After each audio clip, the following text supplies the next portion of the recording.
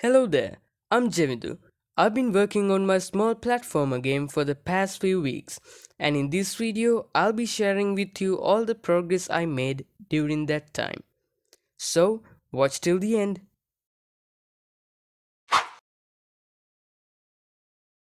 I started off my journey by first creating a square and naming it player. I thought of starting the development process by making the player and its mechanics first. So, I gave the player physics and a simple movement script. But having such a basic movement mechanism won't be very fun. So, I made some changes and I added a small touch to the player's jump system, which allowed the player to jump higher when pressing the spacebar longer and jump a normal height when just tapping the spacebar. And to make the jump feel more realistic, I gave the player a normal amount of time to reach its jump height and float in the air for a while and fall down much faster. This is how a real jump looked like in real life. This change gave a better feel for the gameplay. The player's run mechanism already looked good, so I didn't play around with it much.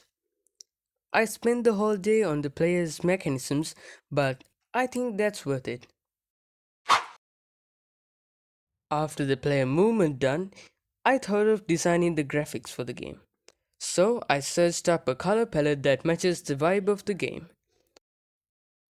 I'm not very good with colors, so sticking with a color palette was the wise option.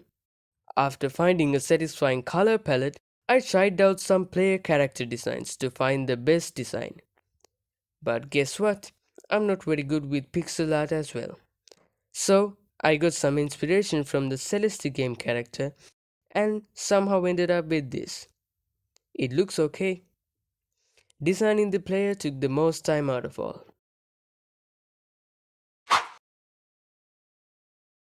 With an okay looking player made, it was time to animate him.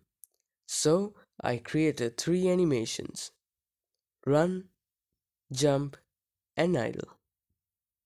It took me very less time than I expected to animate these. With that, we are done with almost all the major aspects of the player.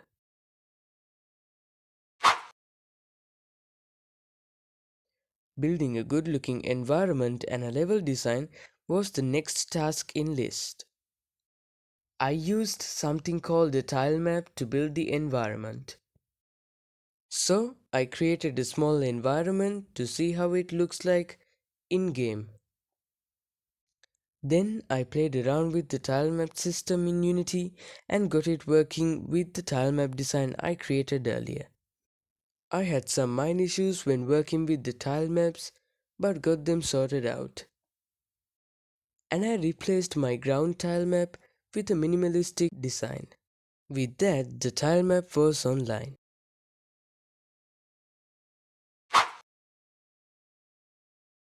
From day 10 onwards, I started creating the rest of the tile map designs for the environment of the game. I added dripstone as an obstacle and lush leaves for the background. I made changes for almost all the sprites until I got something satisfying. I made the death animation for the player as well, and created some more parts of the cave with new obstacle courses, each one becoming harder and more challenging. That's all the progress I made in 14 days. But it's not over yet because the challenge still continues just like the game itself. And I'm hoping to keep you updated. Till we meet again, cheers!